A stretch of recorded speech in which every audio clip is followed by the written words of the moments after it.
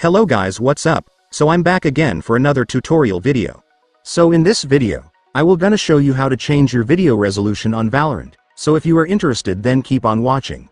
But before all that, if you are new to my channel, consider to like and subscribe for more videos like this, and also, you can comment down below if you have something that you want me to make a tutorial about.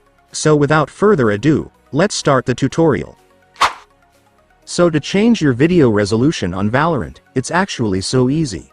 So for the first step, I want you to press the escape key in your keyboard.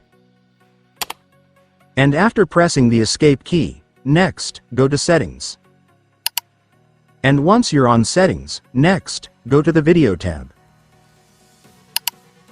And here in the video tab, you will now be able to see the resolution option right here, so just click it. And then you will now be able to see the resolution option you can choose, so just select the resolution that's best for you. And after that, it's done. Congratulations, you have now changed your video resolution on Valorant. And so that's just how you do it, guys. Now that you've watched this video, you can now do it yourself.